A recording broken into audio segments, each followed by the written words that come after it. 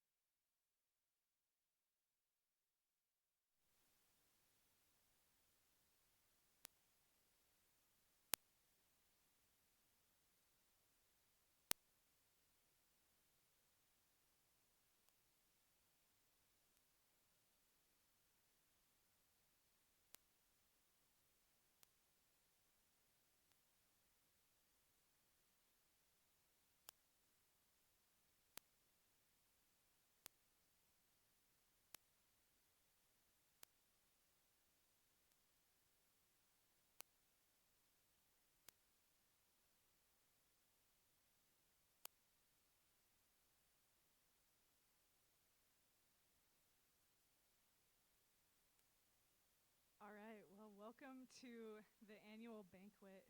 We're super excited that all of you guys are here. If we haven't met before, my name's Kaylee, and I am one of the staff members here. And it's just a joy to see everybody and see so many people that care about our ministry, care about the work that God's doing on campus. And so thank you for being here. Yeah, as we get started tonight, I would love to just pray for us. And so if you guys want to stand with me, I'm going to pray, and then we're going to sing a couple songs and just praise God for the past year and what he's done and what he's doing right now as we're here together. God, we thank you for this evening. Lord, we thank you for the work on campus that you're doing. We thank you for every person that's filled the seats in this room tonight.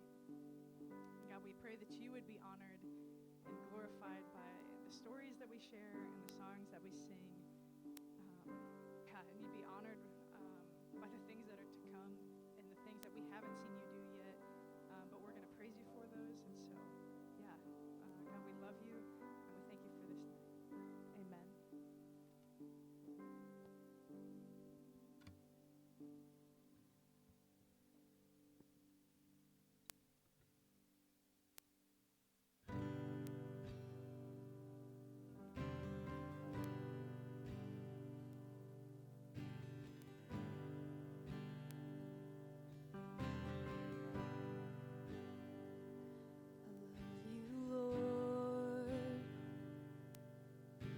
Your mercy never fails me. In all my days, I've been held in your hands. From the moment that I wake up until I lay my head, I will sing of the goodness of God. All my life you have been faithful. In all my life you have been so, so good. With every breath that I am able, I will sing of the goodness of God. Your voice, you have led me through the fire in darkest night. You are close like no other. I've known you as a father, I've known you as a friend, and I have lived in the goodness of God. All my life you have been faithful. All my life you have been so, so good. With every breath that I am able, I will sing of the goodness of God.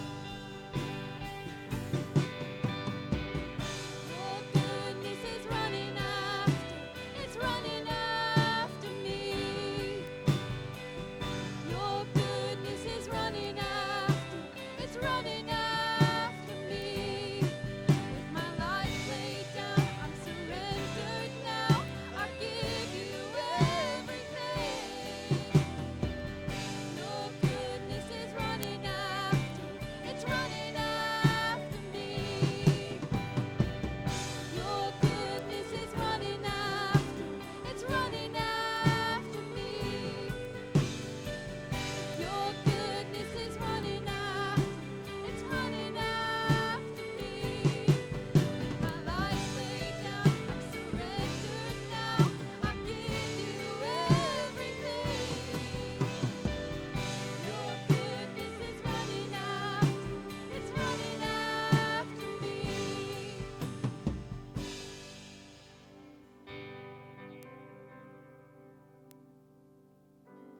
And all my life you have been faithful. And all my life you have been so, so good.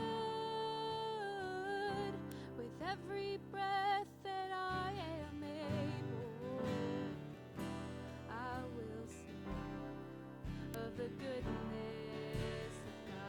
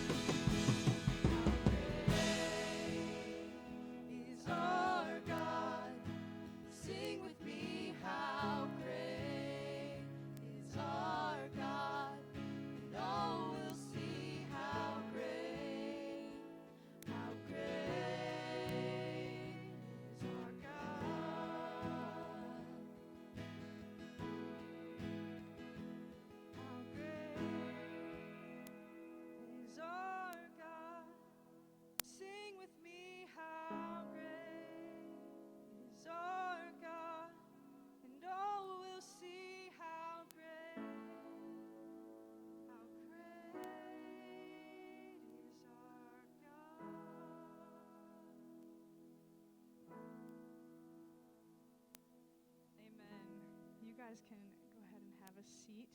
And we have a video that we would love to show you from some of our students.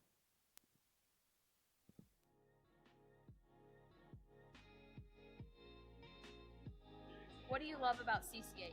I love that CCH feels like home. I love the staff. I love the CCH events. I love the ability to lead freshman guys group. I love the friendships.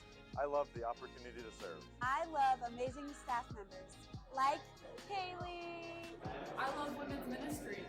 I love being able to go on mission trips. I love the friendships I've made. I love living at the girls' house.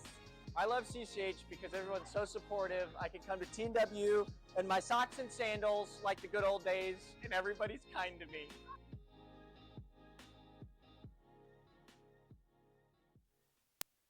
Well, welcome. Thank you for being here this evening. It is an exciting night. I love our banquets. Welcome to our 39th Annual Banquet, and excited that you're here to celebrate with us. And really my greatest desire and prayer for this evening is that you would be edified, built up, encouraged. The Lord would be exalted above all other things. And it was so wonderful to be led by our worship team and worship earlier just a moment ago. So thank you for being here. My name is Travis Wilhelm. I have the honor of being the lead campus minister for 25 years and love what I'm seeing on campus and grateful for you being here tonight. It is encouraging to the students, full of alumni and parents that want to support and love this ministry. Thank you for being here. I want to do a couple introductions as we get started. And first off, I want to recognize our board of directors. We have an incredible group of 8 men that serve as our board of directors. Would you and your wives please stand? We'd like to recognize the CCH board of directors.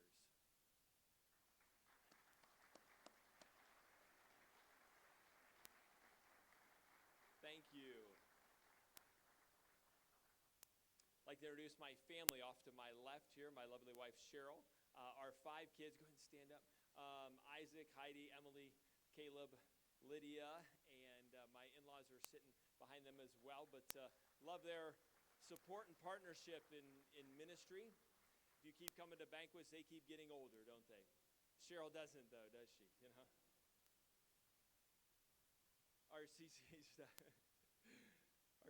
staff is amazing. I just count it an honor, really, to work with such incredible people. And so to introduce some of them, you saw earlier Kaylee was up on stage here. Kaylee, go ahead and stand up. She's sitting with her family. And then we have Ike Sheehan. He was playing the drums, but Ike, go ahead and stand up. He's the Associate Campus Minister for Athletes. He's sitting with his wife, Kate, and both of their parents. Lance Williamson, he is our Associate Campus Minister. Over here, he's sitting with his parents, his sister and brother-in-law. We have Marie Smith right down here, coordinating our finances. We got some claps going on for that, you know, yes. We've got Lydia Doherty, I believe, in the back there, sitting with her husband, Lee, and her youngest, Henry, who's not real old. And Irene, she's our office manager. She's sitting with her husband, Eli, and their lovely daughter, Parker, who, if you got to see, she was down here dancing during worship. Down here. Love the enthusiasm. Ethan Colleen, he's our maintenance coordinator. He's a senior. Where's he sitting at? He's standing up somewhere. Good. There we go. So, and we just have a great group of students. If you're a student involved in CCH, why don't you stand up? I want to recognize you wherever you're at.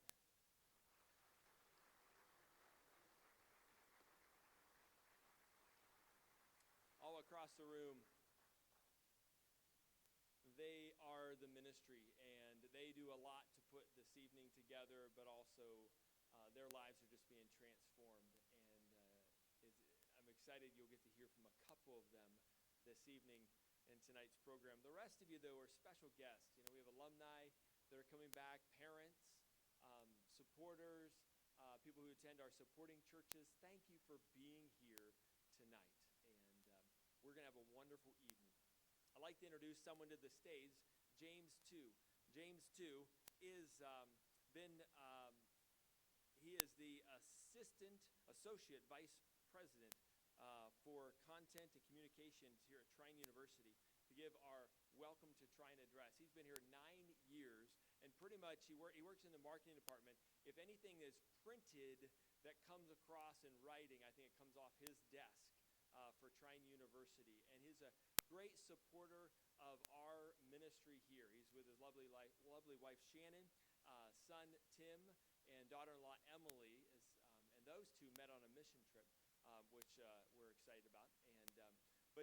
But James has loved this ministry before his son even attended here. He would attend Tuesday night worships. He's currently an elder at the Sunlight Church down the street. And want to introduce him and give him a welcome here as he gives us an address from Trine. From what Travis said, that just basically means if you find a typo in any Trine publication, it's my fault. So keep that in mind. Students, alumni, parents, and supporters of Christian Campus House, on behalf of Dr. Brooks and the Trine University administration, I'm honored to welcome you all here this evening. As you all know, Trine University continues to thrive and prosper, experiencing record enrollment, financial stability, continued growth in our academic and residential programs and facilities, and success on the athletic field. God continues to bless this institution, due in no small part to the influence of CCH on this campus. From literally offering a cup of cold water in Jesus' name, or perhaps lemonade, a hot dog, or a stack of pancakes, to leading our campus in worship every Tuesday night, to providing groups and retreats that offer accountability and spiritual growth, CCH is salt and light throughout this campus, and Trine University is a much better community because of it. To the alumni returning to campus, welcome back. We hope this time is not just an opportunity to reminisce about your college days, but a chance to share about the impact you're continuing to make for Christ in your family, church, community, and beyond. To current students in attendance, thank you for all you do to live out your faith here at Trine.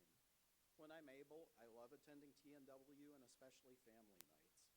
As the Lord encouraged Elijah that 7,000 faithful remained in Israel, it's uplifting as someone who now officially gets senior discounts to see how God is still working in and through your generation.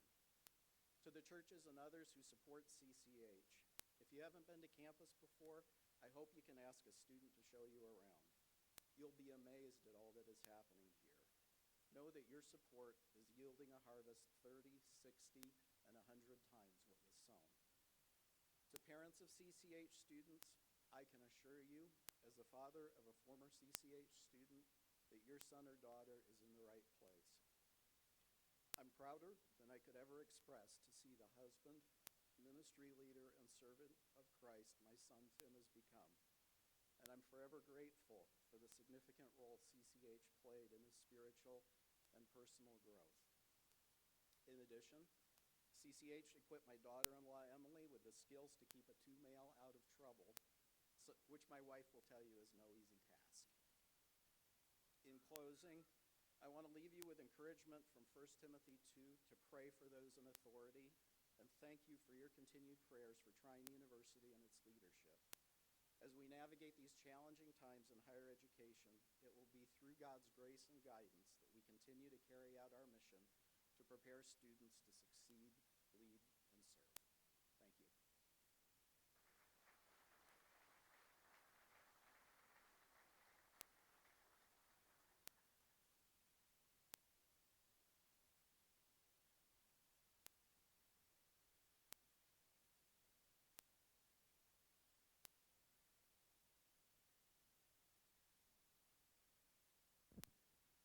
Thank you, Travis.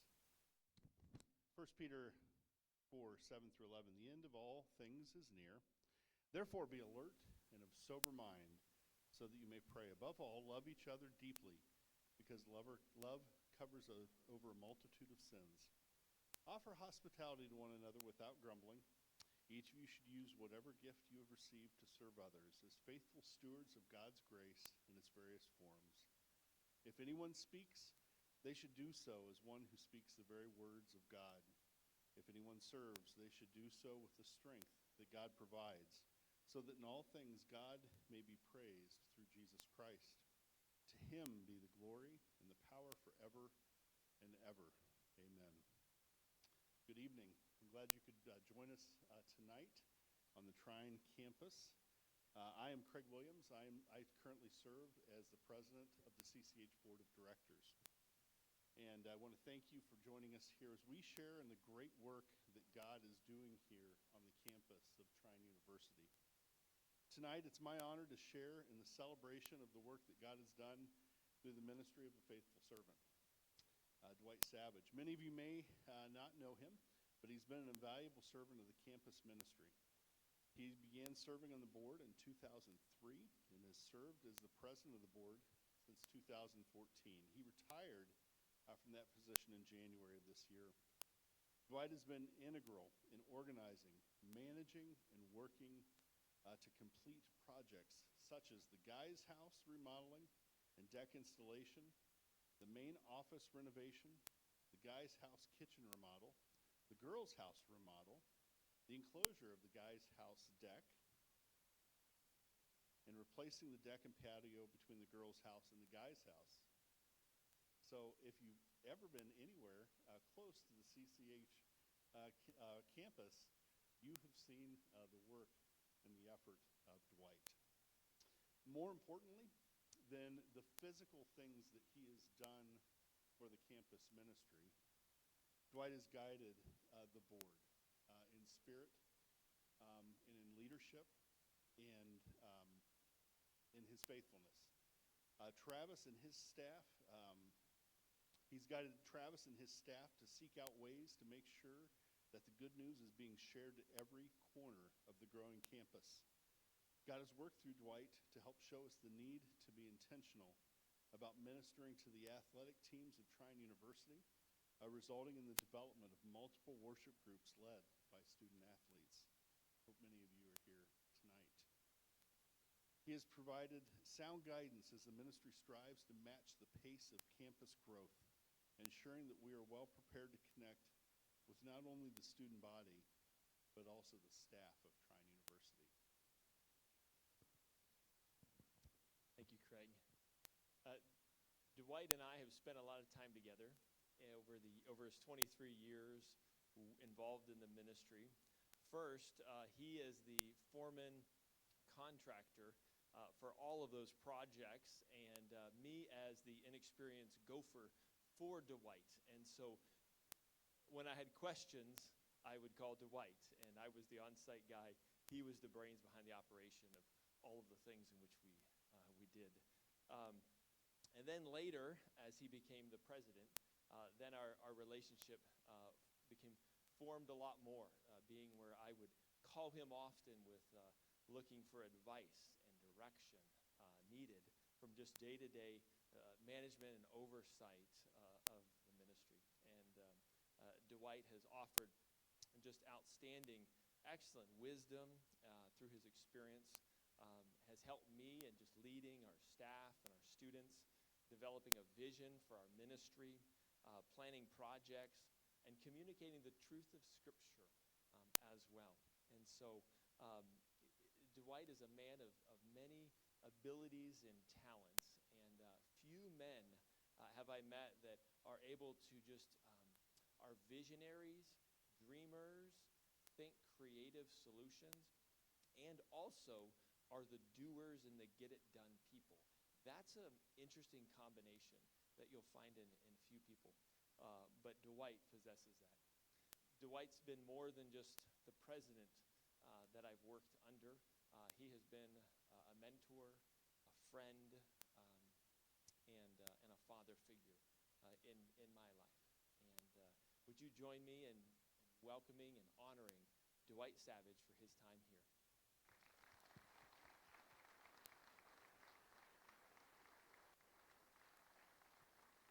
Let's sit right there. We're going to present him. We knew Dwight would not appreciate a crystal plaque that would honor him. And so we acquired a deck board from 2003 that he would have installed, and it says, "Thank you, Dwight Savage, CCH Board President." There's a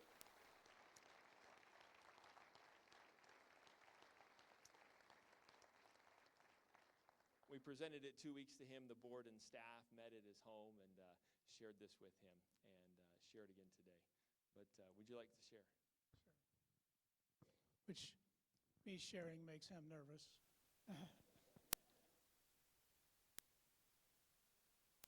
One of the things 21 years ago when I came on the board was that even though this is our 39th anniversary, those first years were formative years. They were trial and error years. They were part-time ministers and so on, and coming just to get the groundwork done. And so when I came on the board, it seemed like, there were a lot of struggles that financially, there were times where we had to say, Travis, you need to curtail some expenses. But at the same time, the gentlemen that we had on the board were still at a foresight that we have to invest in the future. So we sacrificed in the immediate, invest in the future, and this is a result of the investment. So timing was good. We were at a point where, I don't know, it was you and who, I don't know, but you and Cheryl, I guess. But, basically everything that Travis did was from his bootstraps, and this is a result of it.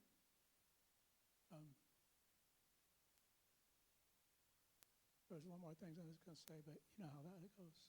So I'll stop while I'm ahead. But it's been a pleasure. I know what I was going to say.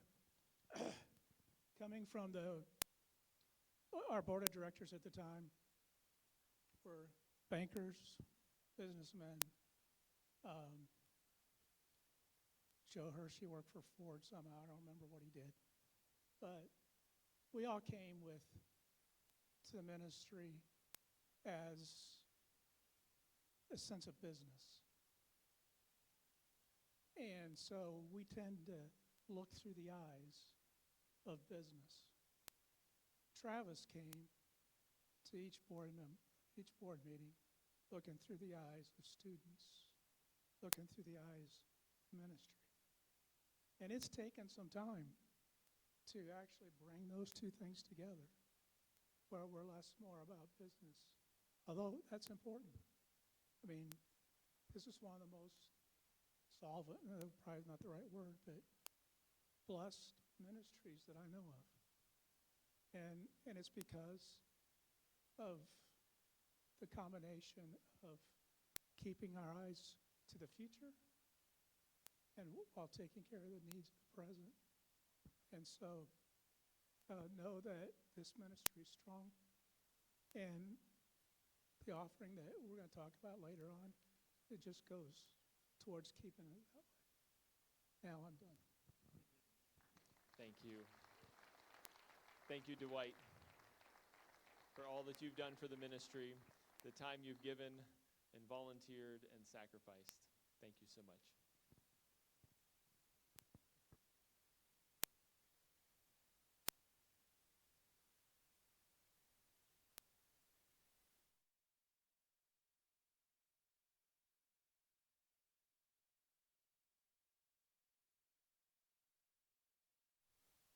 I'm Lance Williamson, the Associate Campus Minister here at CCH, and it is my honor and privilege to introduce the first student testimonial of the evening.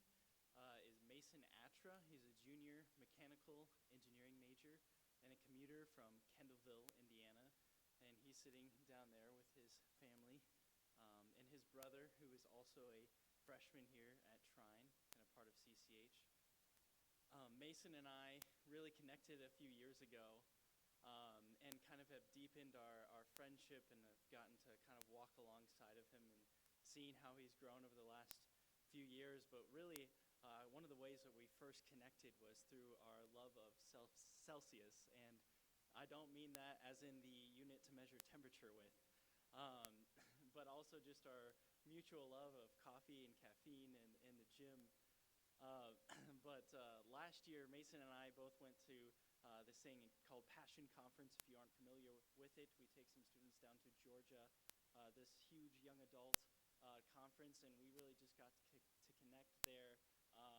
He's an awesome guy, really funny, and he's just grown so much these last few years and has been a huge piece of our AV team. And so I want to welcome him to the stage and let him share with you how God has moved in his life the last couple of years.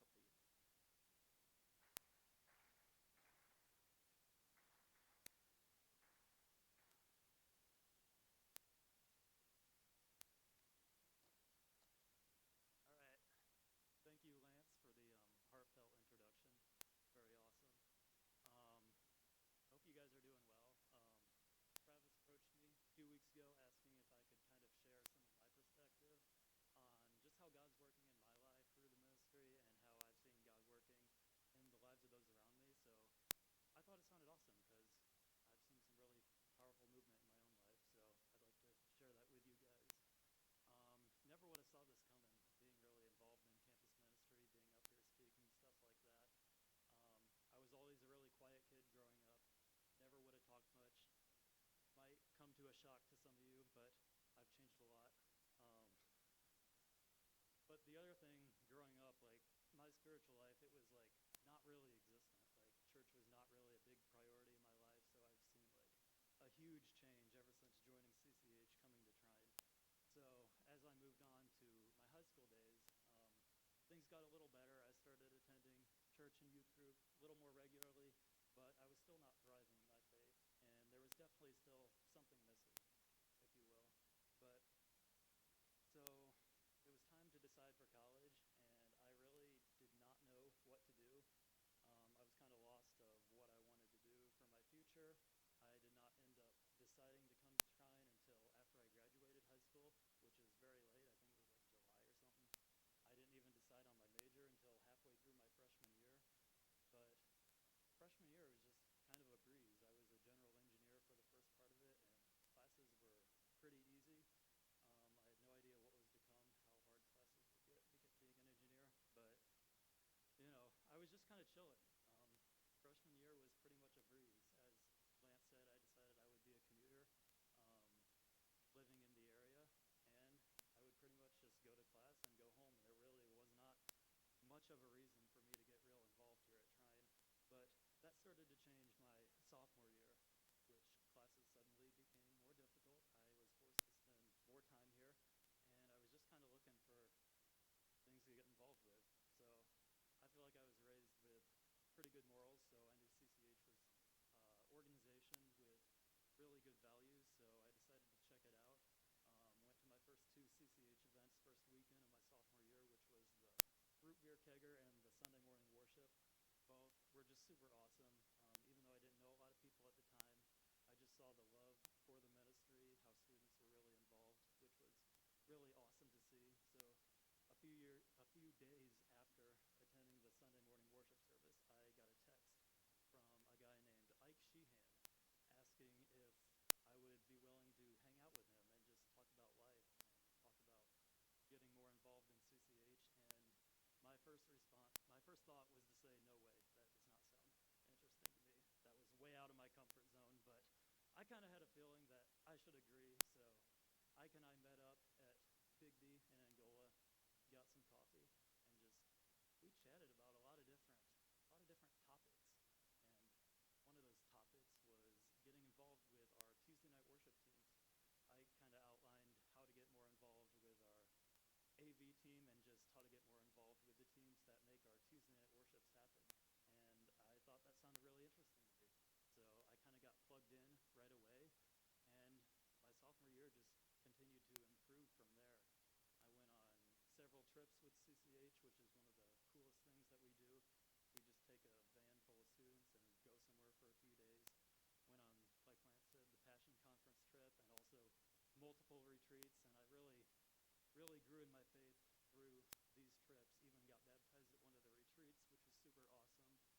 also you get no sleep at these trips, but that's okay. Nothing a few cans of Celsius can't handle. But these trips were huge for me my sophomore year, and I really grew in my faith a lot and got plugged right into the ministry through this. So coming into my junior year, I was already plugged into CCH, and I felt more of a calling to kind of get involved with leadership, start just being a good influence, good role model on other students. And I really love just one-on-one conversations, small group conversations, so that's something that I really look to do, especially for the underclassmen that were kind of lost like I was, not having much of a plan coming into college. I knew that I wanted to meet these people where they were at, and that's just what I've kind of looked to do my junior year, and it's been really awesome just getting to lead other students in that way. So during the fall semester of this year, my junior year, at our Tuesday night worship services, we went through a series called Relentless, following the narrow path. And during each of our TNWs, we'd have a little message, 20 or 30 minutes, just kind of going through the series. And this was our topic for most of fall, how to follow the narrow path as a college student. So a lot of what we looked into was the parables that Jesus told early in the New Testament and kind of lessons that we can take away from those. And one of those that really stuck out to me was, I believe it was in like September or something, Travis gave a message on the parable of the mustard seed, which kind of outlined how our ministry may start small and it'll keep growing and growing and growing from there. And that's huge for being on a college campus, especially a secular college campus. We want to reach the ends of campus by outreach events and that kind of thing. But as I started to think on this more, I realized that just going out there and serving is it's not easy to start with. So I spend a lot of time just kind of reflecting on my own, what would make this easier? And I kind of realized that it really just starts on the inside. If we're not close to Jesus on the inside, then we're not going to be able to go out there and serve campus as well as we should be.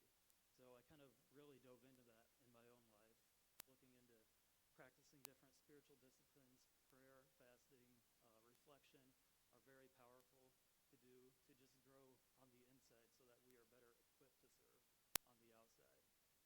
And that's a huge mission of what our campus ministry is all about. We have all these outreach events like free food events, and they're so awesome. We get to interact with all of campus and just be a good influence on them and serve them. But it's also of high importance to grow in our own spiritual journeys on the inside as students. And we have a staff that's awesome, meeting students where they are at. And I know all the students that are involved are willing to have deep conversations with one another to really help each other grow on the inside so that we are better equipped to serve on the outside. And that's been really cool to see in my time in the ministry. And there's so many students, like I said, that are involved in doing this. And I mean, I'm just one of many, many students in this ministry that could be up here talking about how CCH is working in their life. And there's just so many encouraging stories that I've gotten to hear. Like James had mentioned earlier, we did our family night, which is basically an open mic night for any student to come and share how God is working in their lives. And one after another, I just heard encouraging stories of the movement that God is working in the lives of these students and the impact this ministry has had. So I just want to thank you guys for supporting the ministry and just being here tonight and being here for all the students. And it's definitely made a huge change in my life, and it's made a huge change in the lives around me, and I've seen that. So yeah, thank you guys.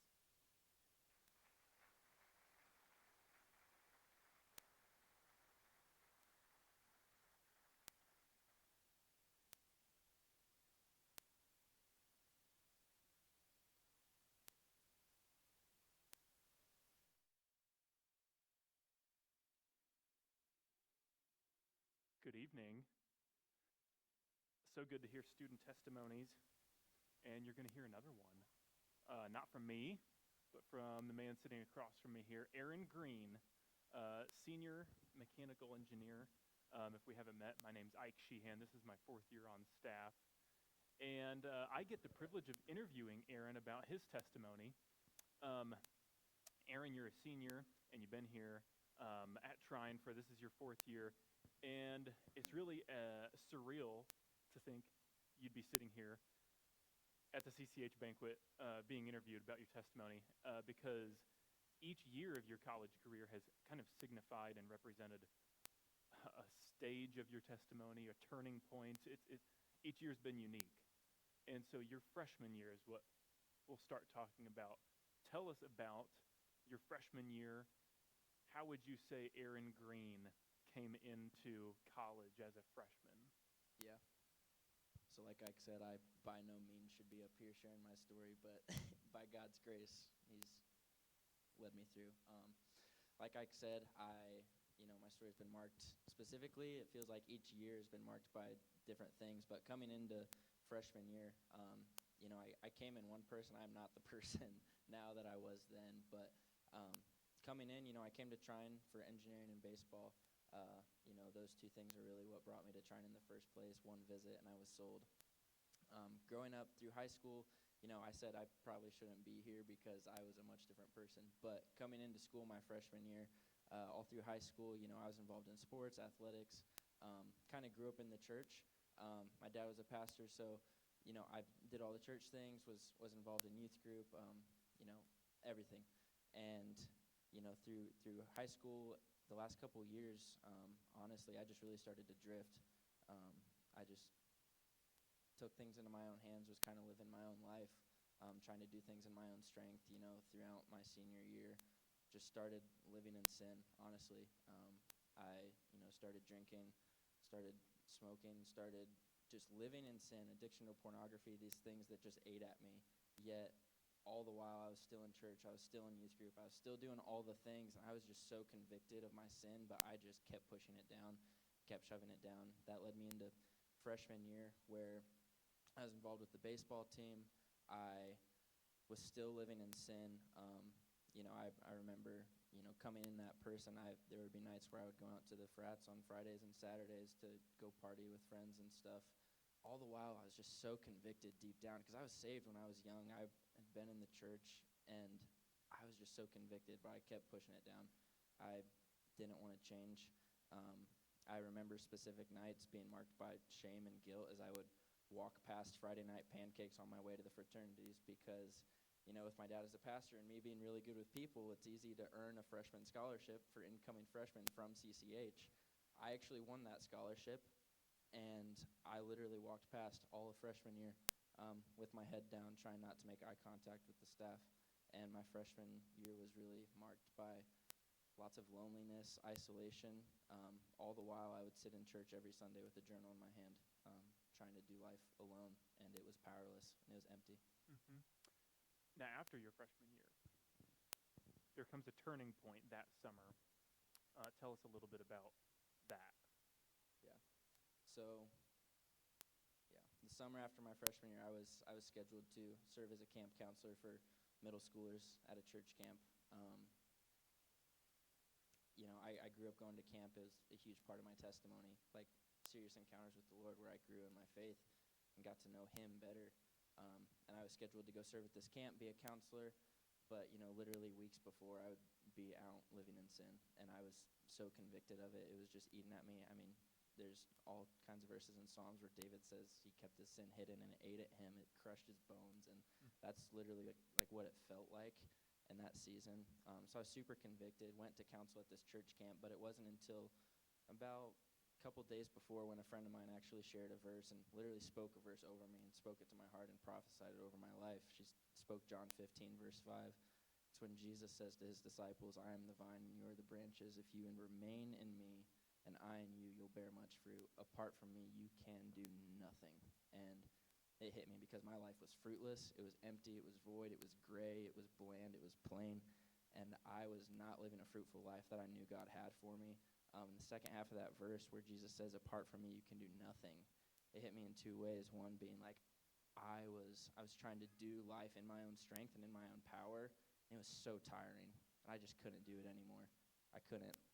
And two, going to church all alone, trying to grow in isolation, like I said, still trying to do the church thing and the world thing, those don't mix. And I realized I didn't have anybody around me to support me and help me grow.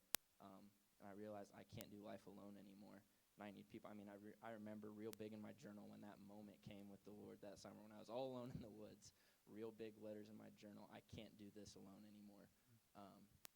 And that's really when things changed for me. You know, ever since that moment, pornography fizzled up. Wanting to, you know, go out and drink and get drunk and smoke and do these things. Like, I know it's not everybody's story, but since that moment for me, like, the addictions fizzled up, and it's only by the grace of God that it happened, and that he led me through that season, through that moment. Wow. Yeah. And so that summer, turning point, and now you're on fire for Jesus, and you're ready to act out your faith. What do you do when you come on campus as a sophomore then? What happens? CCH, baby. Yeah. Yeah. So, like I said, I was familiar with CCH. I knew all about it, knew about the events and stuff, but just didn't show up at all. So coming back out of that, my sophomore year, I started getting involved. Showed up at a Tuesday night worship. Just got to meet people. Started getting involved. Tuesday night worship. Got involved with a small group where I met Michael and Christian and Adam and Ethan, and we all just grew together. A little small group of guys where I was actually held accountable for stuff for like the first time seriously, and where I had a place to like really confess sin and confess places where I was falling and needed help, and I was given like a place to grow. I was literally, we hadn't even talked about this before, but I was thinking about this today. It was like I was given new soil. Like I was literally transplanted from my old soil, and I was given a new place to grow and thrive. And I just started to grow, and through the Lord and through community.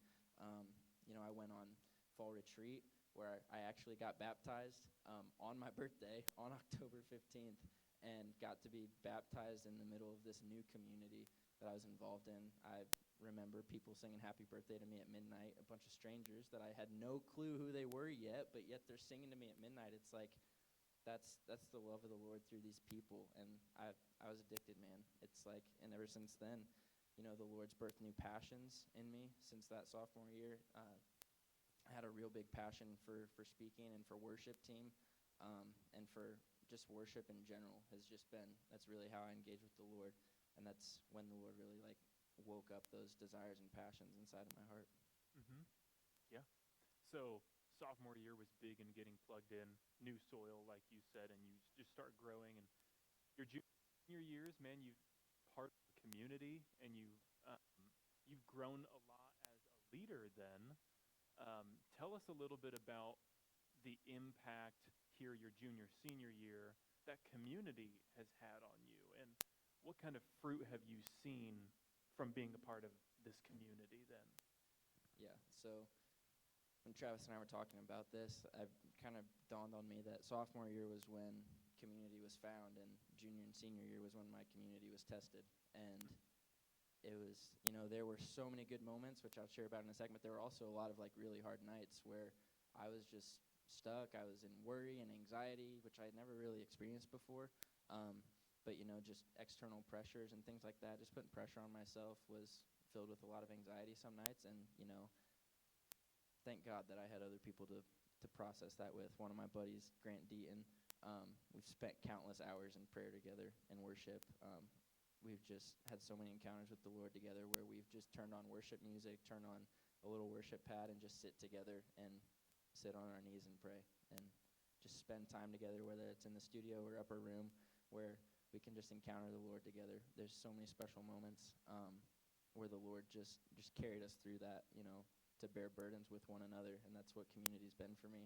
You know, outside of that, I was trusted to be a part of the student leadership team my junior year, which I should not have been trusted with my sophomore year because I had a lot of young believer, like immaturities and things just that had to be worked out, and that's what CCH has been. It's been a safe space for me to work those things out in my own life and have a safe space to grow and practice and process, and it's been huge, you know.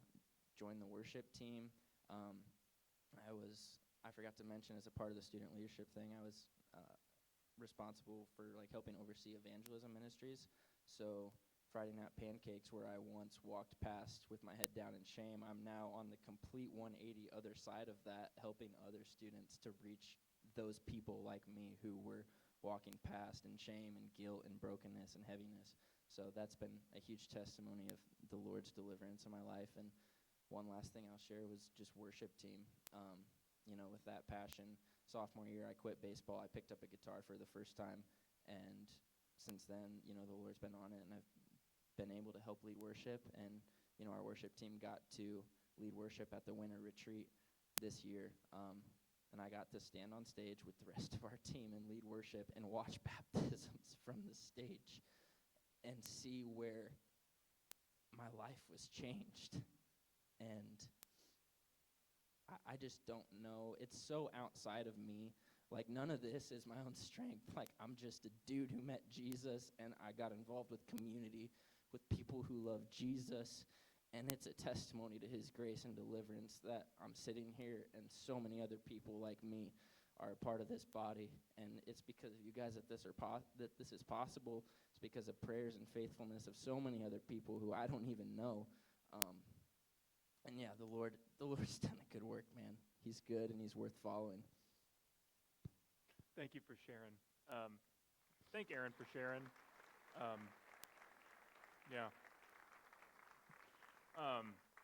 It's the difference between a life that's disconnected from the vine and a life that is connected to the vine that is Jesus. And thank you so much for sharing, and I hope that you're encouraged by that. Would you thank Aaron one more time?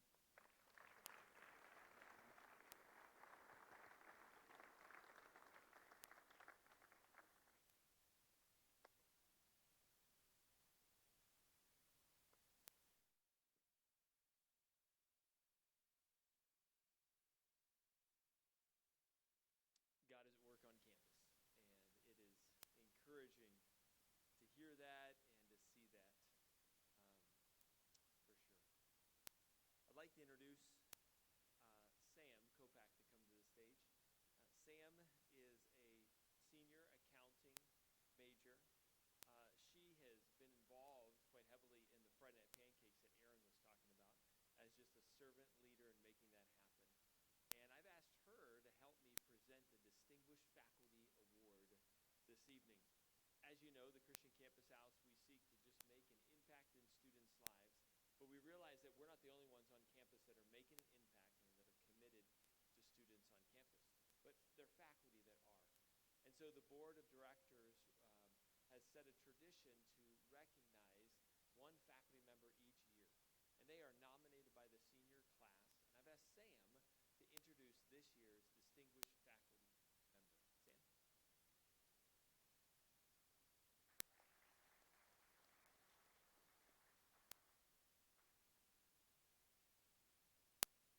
After my freshman year here at Trine, my advisor chose to transfer schools, and little did I know at the time how impactful that event would be.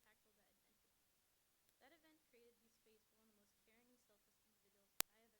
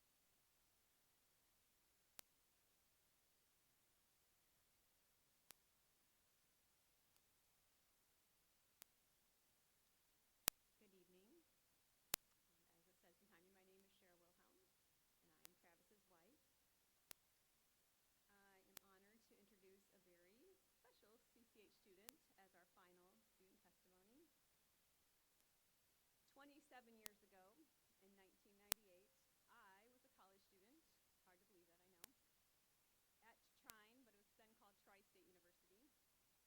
I was involved in CCH, and that year I was one of the students sharing my testimony at the CCH banquet. My life had radically been changed that year because of the ministry of CCH.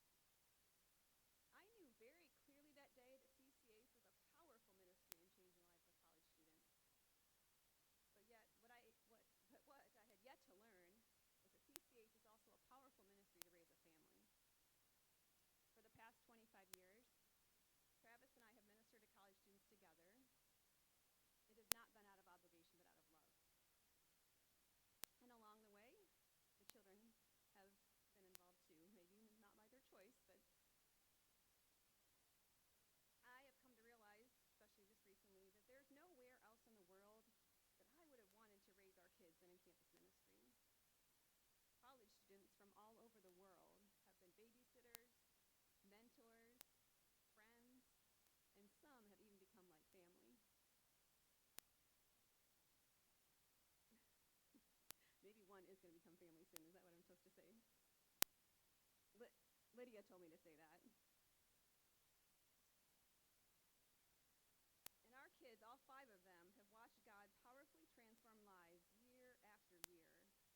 We have been overwhelmingly blessed to serve at CCH. Many things came full circle 3 years ago when Heidi decided to attend Trine. I had no idea 27 years ago that my own beautiful, talented, and motivated daughter would be speaking at a future CCH banquet. Heidi has been a significant part of CCH these past 3 years, all while juggling a full course load in biology education and a side course load of prerequisite classes to prepare for a master's in speech pathology. She will attend Purdue Fort Wayne starting this summer to work towards that master's. On campus, Heidi was a senator in student government all 3 years and chaired the Bon Appetit Committee. She was treasurer of Phi Eta Sigma Honor Society, vice president of the Health Science Association, and part of the honors program. I did say motivated. You caught that part of the description, right?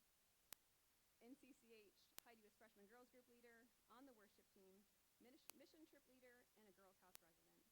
She was also on rep group, which, as Aaron Green mentioned, is the highest level of leadership in CCH. What I personally have appreciated the most about Heidi's time as a student at CCH is how she has been so ministry-minded, making herself available for things that matter in spite of her busy schedule. This is especially evident in how she made one-on-one meetings with students a priority, knowing that it's investing in people that really makes a difference in God's kingdom. Please join me in welcoming my daughter, Heidi Wilhelm.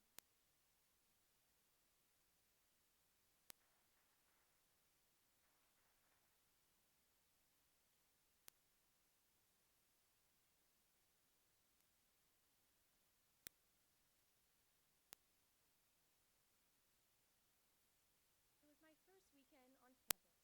I had made so many friends in only 24 hours, and I was living the college dream. I loved my 5 new roommates, and Trine had never looked so promising. 7 p.m. hit, and every student began changing and leaving the room.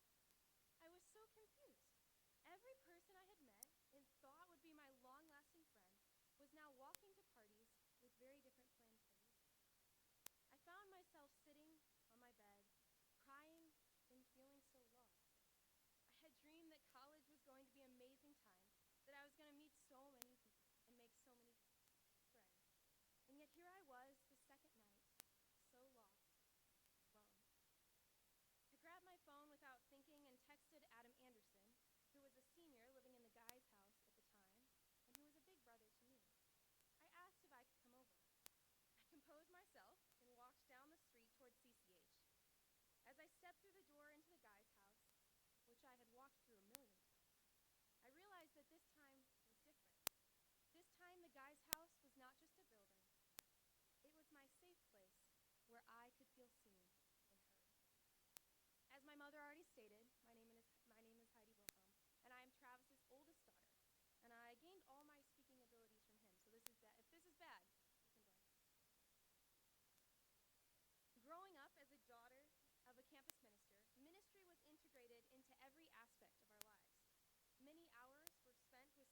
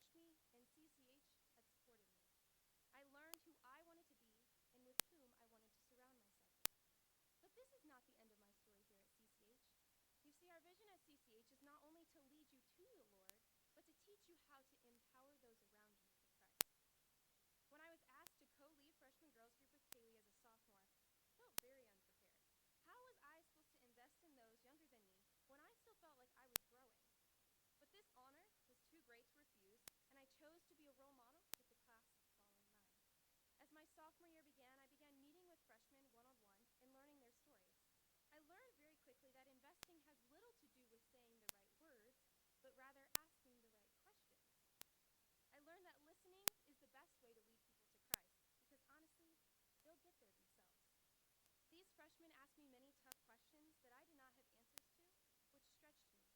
As I invested in freshmen, I was in turn refined for Christ. From the first weekend back to school, I especially connected with a freshman named Mia. She was excited to be at college and attended every CCH. I was encouraged every moment I spent with Mia as she showed such zeal for the Lord and began giving me advice on matters in my life. Mia reached out to me and asked if we could talk about her being baptized. Having never walked someone through this process, I felt unqualified and fearful that I would not say the right thing. Yet as the Lord is always faithful, he gave me the perfect words to lead me. And she quickly decided that she wanted to be baptized. She asked me to baptize her, and again, I felt inadequate for the job. Yet I was reminded that God qualifies the called, and I became eager at the opportunity to welcome Mia into the kingdom of God. A few weeks later, after some worship songs and hearing Mia's testimony, I baptized Mia, and my heart was filled to the brim. She hugged me afterwards and said, "Thank you, Heidi, for everything." My heart melted, and I was filled with joy of the Lord. I realized how sweet it is to do the work of the kingdom.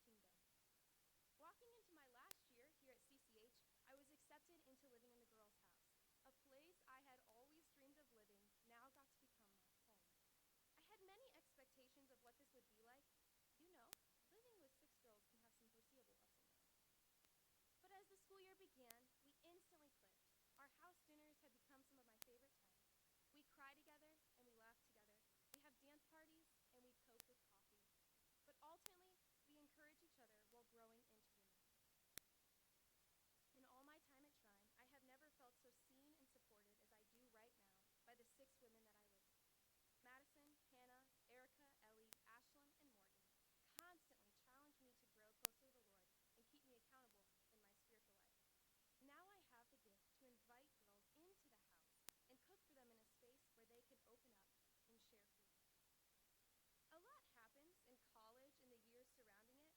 You go from a fully dependent teenager to an independent adult. A great deal of internal and external change has happened in me these last 3 years, and I can confidently say without CCH, I would not be half the Christian that I am today. As my time at Shrine comes to a close, I look back at the opportunities to empower and encourage underclassmen, and I realize the Lord has taught and grown me, if not more, than those who I was ministering to. There were weeks that I felt drained and unqualified, and yet I was quickly reminded it is not I who lives, but Christ who lives in me. God will use those who have open hands and are ready to help, and I am abundantly blessed to have CCH as my outlet to impact Shrines for Christ while personally going closer to my Savior. Even though I have been here since I was in diapers, attended 40 retreats, 21 banquets, 5 mission trips, countless Tuesday night worships, small groups, and spontaneous events, these last 3 years as a student in CCH have created the most memorable times of my life. From my childhood as a campus minister's daughter, to a high school senior taking college classes, to living in the girls' house as a senior, CCH has always been and will forever be my home. Thank you.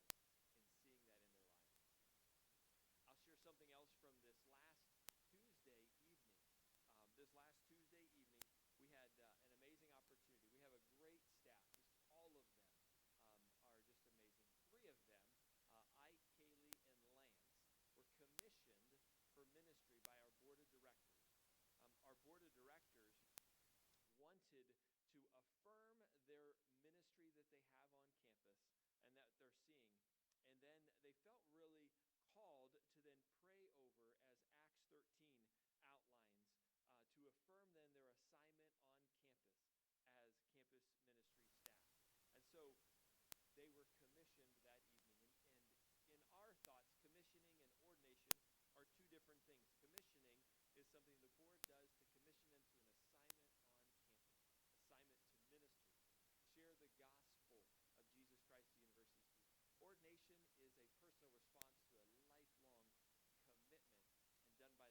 to a lifelong commitment and done by the church. And so our board came and our students participated in this evening, and wanted to share that with you as a testimony of what God is doing in our staff's lives and our board lives and really on campus here. Well, tonight at the banquet, you've heard it from Dwight earlier, we are focusing our banquet offering on an endowment. And if you ask the question, well, what is an endowment? That's an okay question. I actually asked our students that question at a Tuesday night worship 2 weeks ago.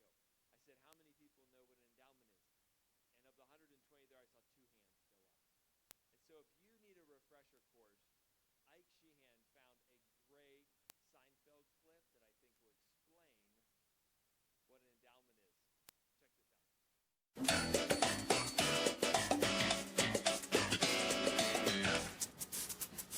You heard about this?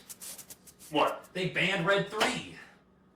3 Red what? No, Red 3. What is that? Nobody knows, that's why they banned it. No, like, what is it? The food dye? Used in all of our food here in the good old US of A. You've never heard of food dyes before? Red 40, yellow 5? No. Well, for years they've been poisoning our food. Doesn't that concern you? George, this is why you're so stressed out all the time.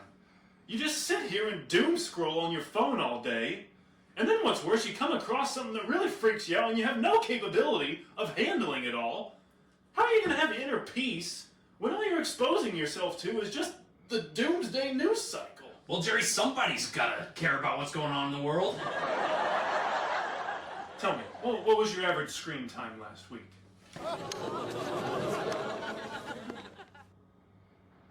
Yeah, that's what I thought. I'm taking away the phone for an hour. You're not on your phone for an hour. Hey! Hey, what's up? Have you guys gotten invitations to the CCH banquet in the mail? Yeah. Yeah, but I haven't opened it yet. What's an endowment? I don't know, I was wondering the same thing. Jerry, do you know? Why are we talking about an endowment all of a sudden? Because the donations at the banquet are going towards the CCH endowment. I don't know what that is. Yeah, it's something that financial people know about that no one else does. So what? It's something you put money into? Like, what is it, magical or something? I don't know. Let me look it up on ChatGPT. You're not getting on your phone. Sit down. You're not using your phone for another hour. Tell you what, I don't know why the financial world has all this lingo that the rest of the world doesn't even know what it is. Tell you what, I went into the bank the other day. They asked me if I wanted a CD. So I say yes. I'm expecting a T Swift album or something, right? All they do is just send me out. They put all my money in this account where now I can't touch it for 7 months. What is that? I know, and they make you feel so stupid about all of it. Oh my gosh, imagine being a woman and having a bunch of men trying to mansplain all the financial jargon to you.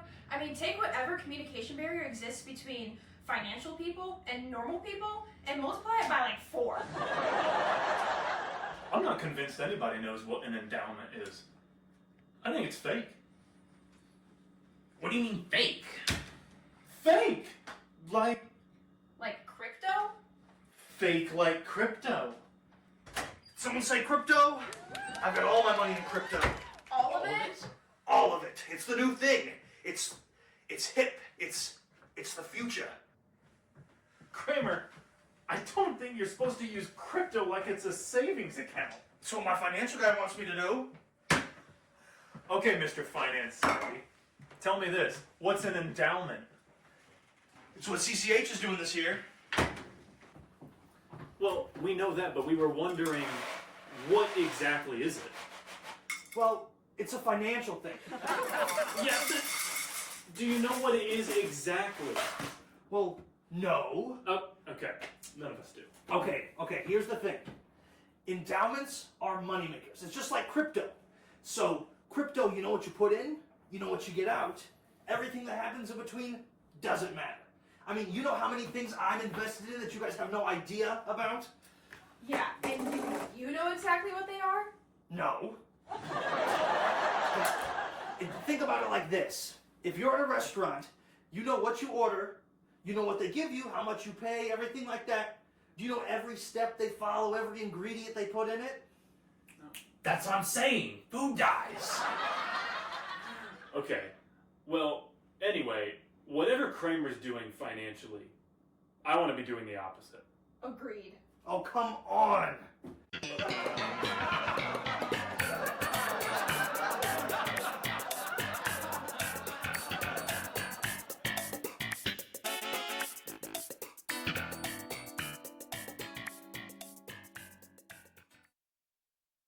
That was helpful, wasn't it?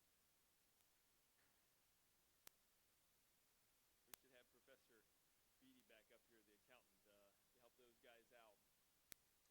Just to share a little bit about an endowment and our endowments, and that is that 100% of the donations that are given are invested in just a conservative mutual fund, and the interest earned from that is then used to support campus ministry, to support things like student scholarships, facility improvements, and ministry opportunities that are to come, or to be reinvested back in itself. In 2004, our board of directors established the endowment with a banquet offering of $5,000.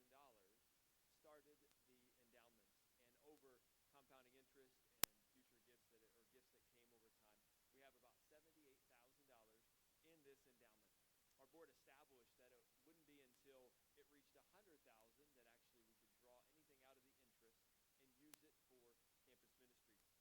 And so the endowment will never really be a primary source of our income for the ministry. You, the people, will always be that way. But as we see the ministry growing, we see that this is a tool and an opportunity to help us just continue to grow and grow into the future for campus ministry. 2 years ago at our banquet, we honored President Dr. Brooks at this event, and it was over dinner that evening that he leaned over and he asked me, he says, does CCH have an endowment? At which I was proud to say, why, yes, we do. And he then said and encouraged me, you should grow your endowment. And I said, okay.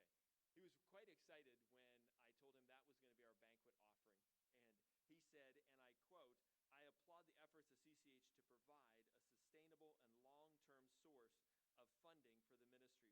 The endowment will have a long-lasting and powerful impact in a very positive way for CCH. You know, as many of you know, endowments are an attractive option also for estate planning. And so we encourage people to include us in their estate. And it's a great way because if you think about it, their lifelong savings is not spent up in an annual expenses throughout 1 year, but actually will continue to grow and give to ministry year after year after year. So I'm excited tonight that as we talk about endowment, that we had a generous donor contribute $50,000, a matching dollar for dollar gift to the ministry to help support our endowment. And so every dollar that's given will be matched up to $50,000. So our goal has been to then reach $100,000 through our banquet offering. Before tonight, we have already received over $29,000, which is amazing. Over halfway towards our goal of receiving $50,000 in donations to match the matching gift. So we're excited tonight and want to invite you to contribute to our endowment, which will help us in the future continue to grow and expand and meet the needs of students around. And so if you came prepared to give, there was an envelope in your program you were given on the way in. You can use that, and there are baskets that some people have already found in the back on your way out. Or if you want to mail that back later, or if you want to give online, we have a secure way of giving at cchtshrine.org that you can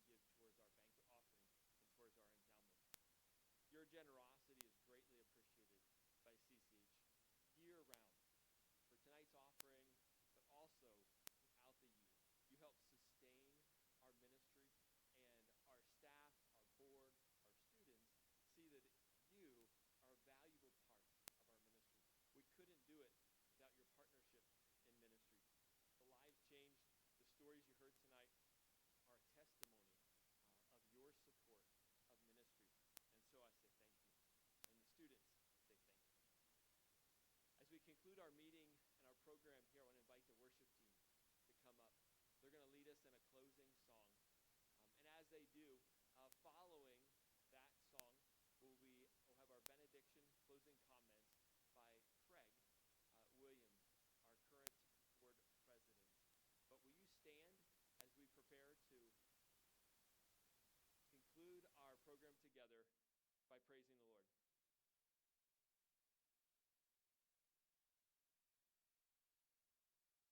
Well, actually, we want to ask you to sit back down and draw your attention to the screen for one more video tonight to honor Travis and Cheryl for their 25 years of ministry here. So check out. Set your rule and reign in our hearts again. Increase in us, we pray. Unveil why we're made.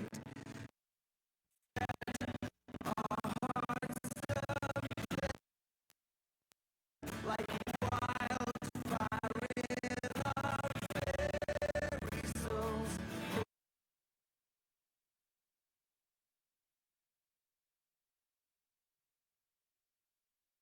Come set your rule and reign in our hearts again. Increase in us, we pray. Unveil why we're made. Come set our hearts ablaze with hope like wildfire in our very souls. Holy Spirit, come invade us now. We are your church. We need your power in us. We seek your kingdom first. We hunger and we thirst. Refuse to waste our lives. For you're our joy and prize. To see the captive hearts released. The hurt, the sick, the poor at peace. We lay down our lives for heaven's cause. We are your church. We pray, revive this earth.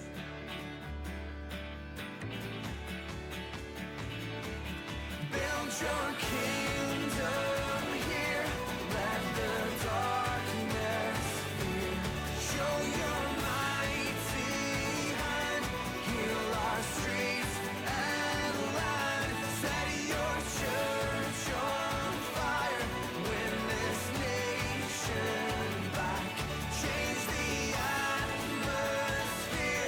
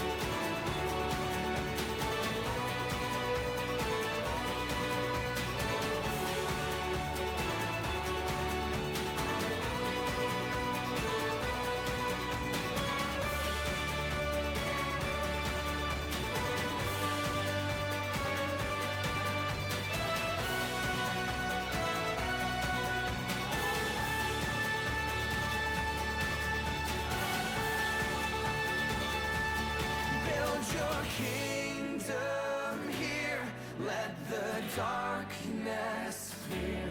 Show your mighty hand, heal our streets and land. Set your church on fire, win this nation back. Change the atmosphere, build your kingdom here, we pray.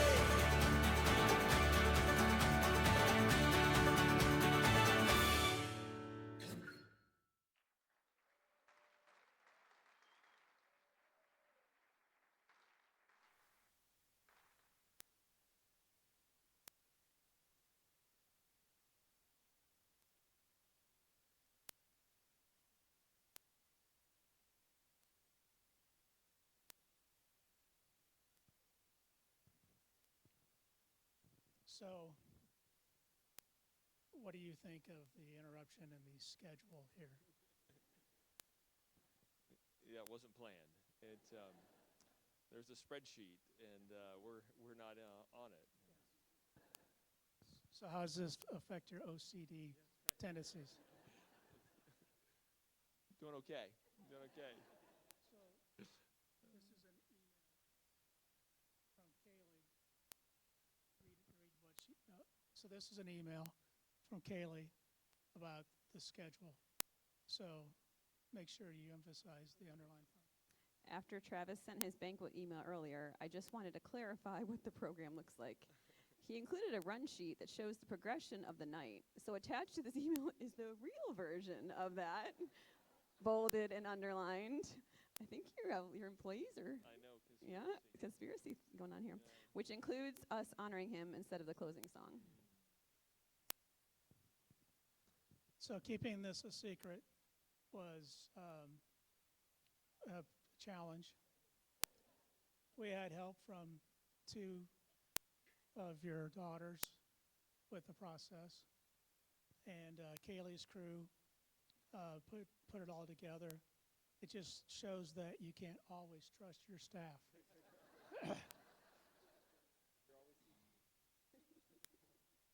So because what you may not know is there is an agenda that Travis publishes, and it is by the minute. It is 3 minutes for this, and if there's a board member who's scheduled to speak, then it's like question mark, question mark, question mark, make up time here, so surprises are not one of his strong suits. Would you say? Yeah. Okay. So therefore, I wrote out, because usually I'm a by the seat of your pants guy when I talk. So I wrote it out. I have a script. Whether I stick to it or not, we'll see. I have to lean a little bit. For 21 of Travis's 25 years of ministry at CCH, I have been on the board and have had the opportunity to watch and development of a true servant of God. His priorities have never wavered. They've always been to meet the needs of the students, and more importantly, he has desired to reach one more for Christ. You'll hear Travis use the word community, which you heard being repeated multiple times tonight. Well, that just doesn't happen naturally. It's through leadership. You'll hear Travis use the word community when talking about CCH. You, our supporters, have given to many of the projects over the years. Each of these projects have had community as the driving factor behind them, and that was the intentionality driven by Travis. Travis gave me too much credit for all these projects. My desire when I came on the board was make him less an engineer and more a project manager, because that's what I've been the majority of my life. And so I don't know if it worked or not, but try to think out of the box occasionally. But anyway, over the years, Travis has picked up the ball, ran with a lot of these projects, and I've done less and less, and he's done more and more. Travis' leadership qualities are seen to be emulated by outgoing students. I challenge the staff that if they need to make a decision about ministry, ask themselves, what would Travis do? And then do it. At the fall retreat this last year, or this winter, other they get together with campuses up in Michigan primarily. And the campus ministers asked them, where do you find your staff? And the answer is, they come from within. We only had one staff member that we know of, that Robin, who was our first official women's director, came from the outside sources. But from there on, they've come all from within. Do not be surprised if when your child, after you've spent 4 years of paying for engineering degrees or whatever field they've gone into, come home and say, Mom, Dad, I think I want to go into the ministry. Because it very well could happen. And don't be surprised. Most of that comes from the leadership of Travis and his example that he's given to those students of how to be and live Christ-like life. One of CCH's biggest supporters, and more importantly, one of Travis's most encouraging supporters, is Dr. Brooks. And I spoke to him a few weeks ago, and he asked for me to share this with you this evening. It is hard to find the appropriate words to thank, celebrate, and congratulate Travis on his 25 years of service to CCH and the students of Trine University. We have been blessed to overlap and work together for those entire 25 years. I was so proud to appoint Travis as our university chaplain several years ago while supporting him personally and professionally. His ministerial teaching of our students and campus community has had a profound impact. We are truly richly blessed to have Travis and his talents play a significant role in the life of Trine University. That's pretty good accolades. I noticed I won't go there, it's off script. Yeah. Well, I've been looking at that light up there. I can't see the paper. In a successful ministry, it takes the underlying determination to do all things well. As witnessed in Heidi's testimony tonight, both Cheryl and Travis have been united in their thinking when it comes to family and ministry. What we have seen is that they didn't try to separate it. Ministry to the CCH community has become a family affair.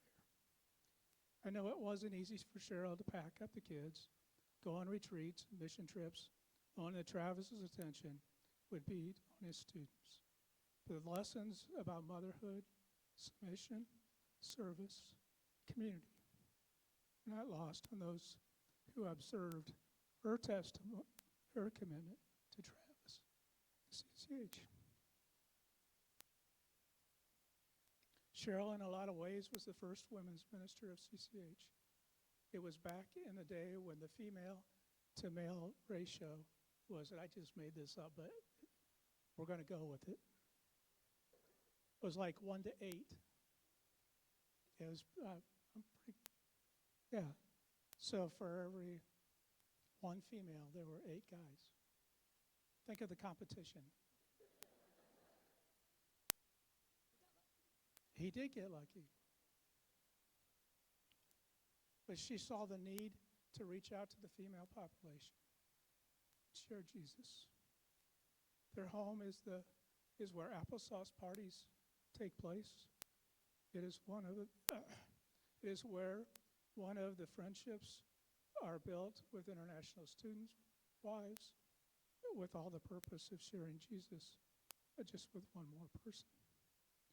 Because of the wisdom and desire to impact Trine campus and beyond for Christ and raise a family with a like heart, Travis does not show any worse for wear, although getting a little gray.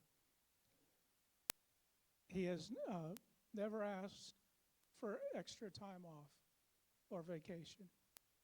With added staff, he wants to make sure that they are taken care of now and in the future. He works tirelessly, enjoys every bit of it.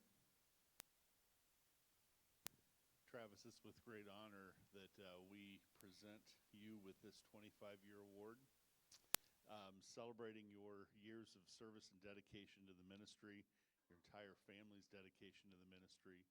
We want to thank you so much for that, and we're looking forward to another 25 years. Yeah.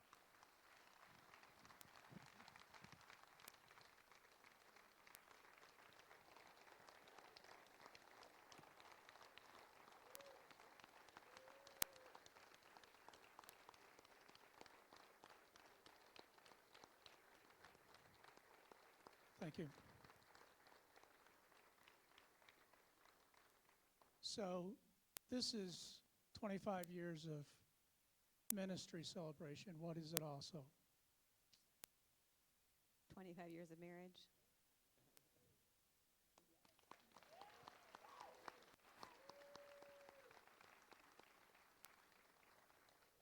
Can you imagine graduating from college, getting married? Did you get married after graduation or before? Okay. A month later. Barely after graduation. And then starting a new ministry, which, yeah, like I said earlier, there were people who went before, but in a lot of ways it was new ground being plowed. And commit to 25 years. And it's a ministry of love. You can see it. When I was looking at the photos, what I saw was, you have these students who never leave college. They call it, there's a name for them. But that's what I kind of saw was a guy that either he really loved ministry or he just never wanted to leave college. I'm not sure. Both.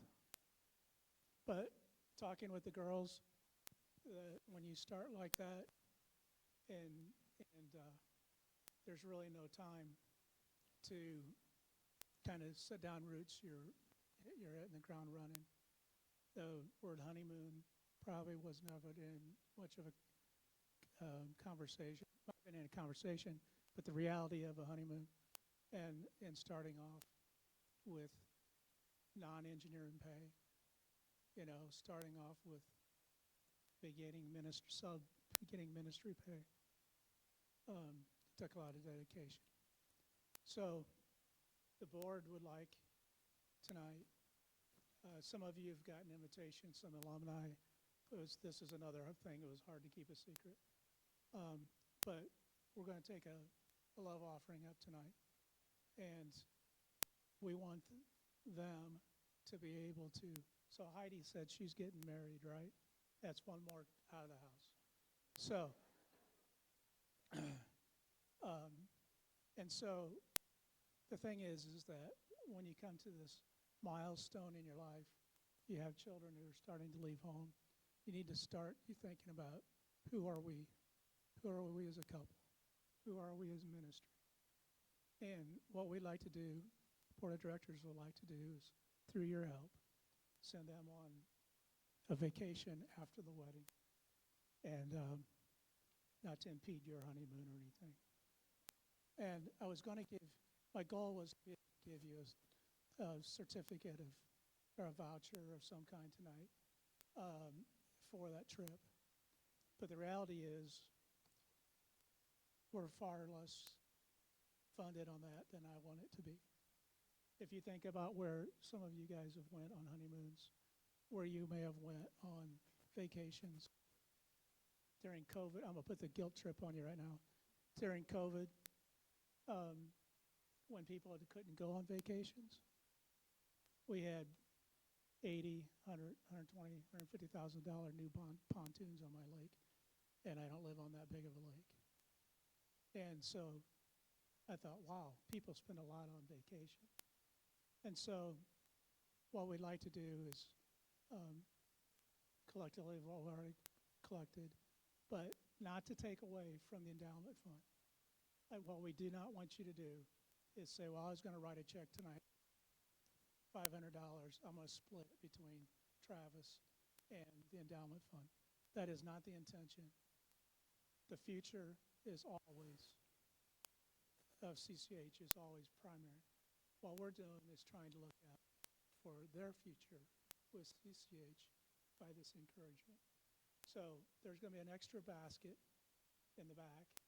One's going to say to Cheryl, and the other one's going to be endowment fund. We got to get these little cards back there, but we have a little tag. If you want to write a check, it says where to write it to.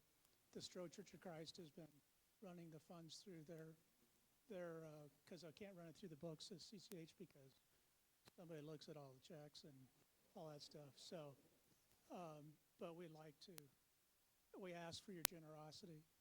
You know, what would you like to do? What do you expect to do on a vacation this year? You're going to go to Cabo, Aruba, whatever. And so be generous with that. The other thing is, I'm not sure how this works anymore, but if you travel a lot and you're accumulating air miles, nice resort hotel points, write that on that piece of paper. Your name, your address, social security number, and no, in all seriousness, there are many times where you accumulate points at the end of the year, you didn't go anywhere. You didn't do anything. And next year you get another 200,000 air mile points. You can donate those. You can gift them. And so just make it so that we know how to get a hold of you if that's your desire to do it. Make sure it's enough that you can go someplace. So we want this not to be a drive-away vacation and staying at the Red Roof Inns. We want this to be something that they can, again, no kids, and something that they can do by themselves, for themselves, and be refreshed. So happy anniversary, happy celebration, and oh yeah, you don't have to take any additional vacation. We're adding in another couple weeks vacation to your schedule. So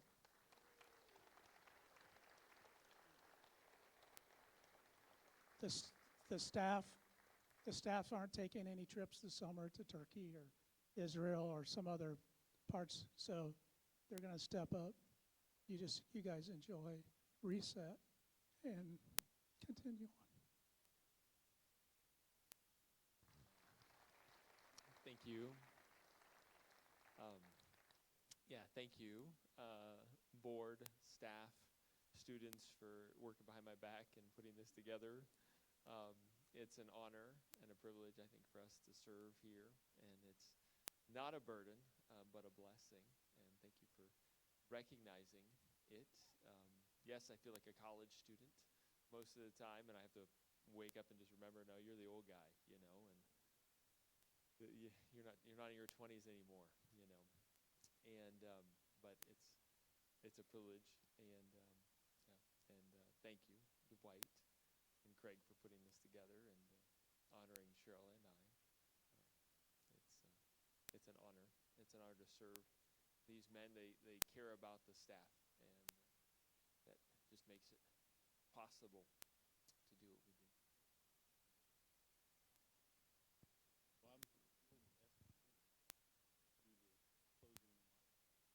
Now that we are completely off schedule, Travis, you're doing a great job. How about one more round of applause for Travis and Heidi?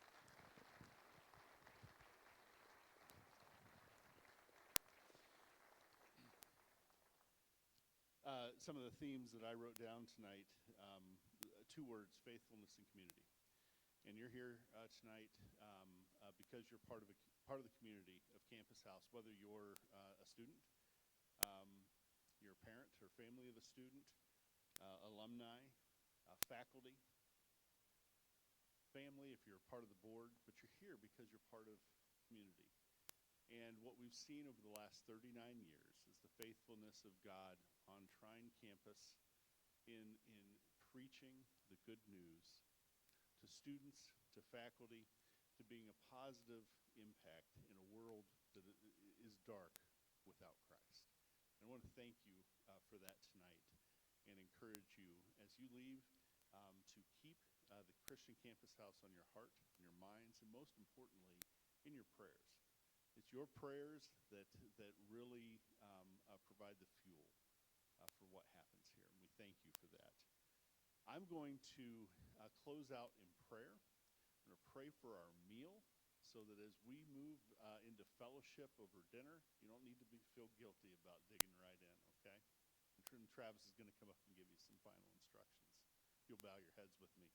Gracious and Heavenly Father, we come before you tonight just humbled by the way your power has been seen and felt here on the campus of this university. And Lord, we give you the praise.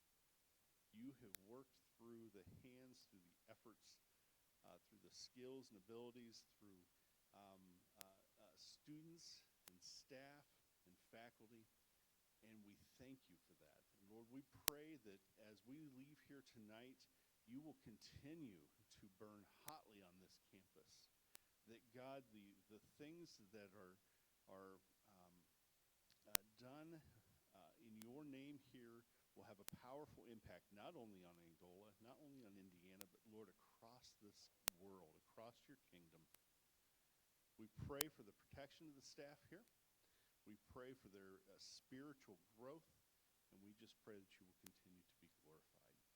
God, we love you, and we thank you that you have brought us here with a purpose and a mission, and I pray that you will continue to equip us and send us out, Lord, with your blessing. God, as we depart from this auditorium and move on to our meal, our fellowship with each other as we break bread, Lord, I pray that you will be involved in the conversations around the tables, the laughter, the stories, the encouragement. And Lord, that again, you will be glorified in the time we spend together tonight. God, we love you. We thank you for loving us, but most importantly, we thank you for sending your Son, Jesus Christ, to shine brightly in a world that so desperately needs you. Help us to be bright, shining lights for you, Lord, and it's in Jesus' name we pray. Amen.